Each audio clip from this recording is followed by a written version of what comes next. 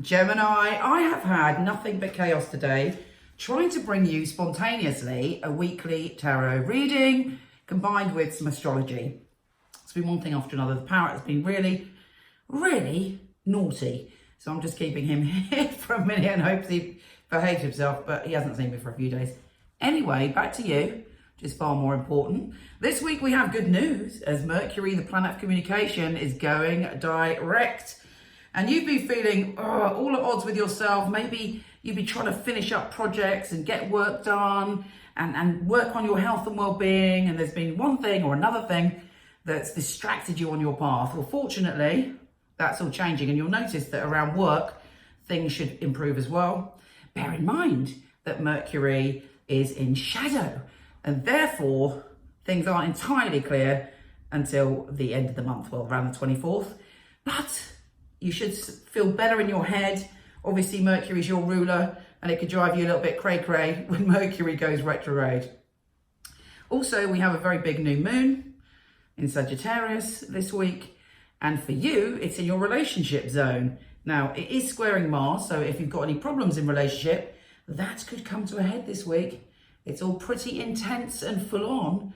And you're like, which way am I going? If something's not working, you might find yourself ending it this week. But thanks to a Mars and Neptune conjunction, you're going to have a real idea. Hold on a minute. A real idea about where you're going, particularly around your career. So there's lots of revelations to come this week. I'm now going to attempt to put a few cards to see if it's backed up by, I'll just drop one. Hold on a minute. God, this is chaos. Temperance. Yeah, keep balanced. Unlike me, who's completely unbalanced today. Hold on a minute. Rocky, this is very stressful. Okay, let me just focus on Gemini. Gemini, Rocky. Yeah, good. Go on my shoulder. That'd be much more useful. Gemini.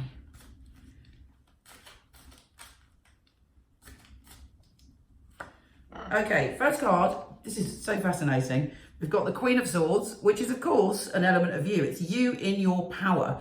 It's you feeling in charge. It's you cutting through the crap and going, okay, I know what I think. And it's you intellectually getting your wits about you and being very clear about what you want to say and being able to say it and being like keeping people back who are trying to cross your boundaries. So that's the energy of this week for you. Hold on one sec.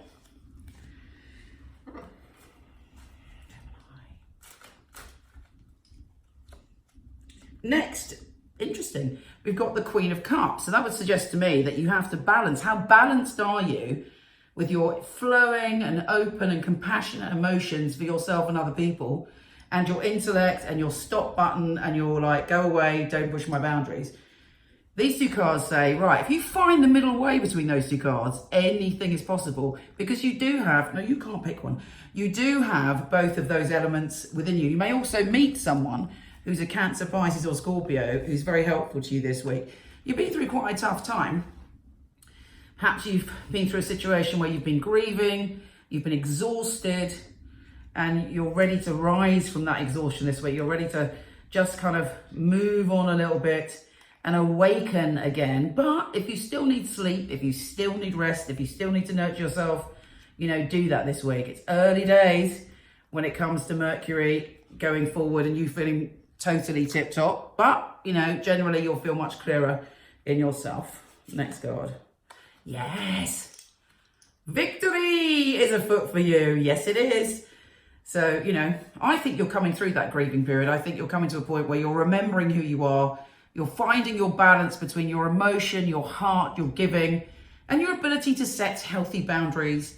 And your brain is coming back online and going, yes, I know how to behave. I know how to move forward in the way that I need to without taking any shit. Excuse my language. Anyway, so you've got victory there. I think this week has a lot to offer you, particularly with that new moon. You may have to play the game in some way. And be kind of, well, I always think people should be authentic. So I'm not suggesting you're not authentic, but I'm saying that you're being watched at the moment, and you may have to do something that involves the patriarchy or a set group of people or an establishment of some kind. So do what you've got to do to get through that and to rise above, because this week is quite work focused. I know you love me. Last card. Yeah, baby. The High Priestess. Trust your intuition this week. Trust and listen to the signs and symbols and go, yes, yes, yes. And go through this new moon knowing you are back in your power. You're back in your power. You've got more balance in your life. You know where you're heading when it comes to your relationships. You know where you're heading when it comes to your career. Yes, you do. And it's time now to trust your intuition and know that you are the High Priestess and, you know, believe it and trust it. And Rocky, yeah, agrees. Apologise for the chaos. I hope you enjoyed it a little bit. I'm toying with whether to put it up or not. Anyway, it's a little gift from me to you. Take care, gorgeous. Take care. Say bye-bye.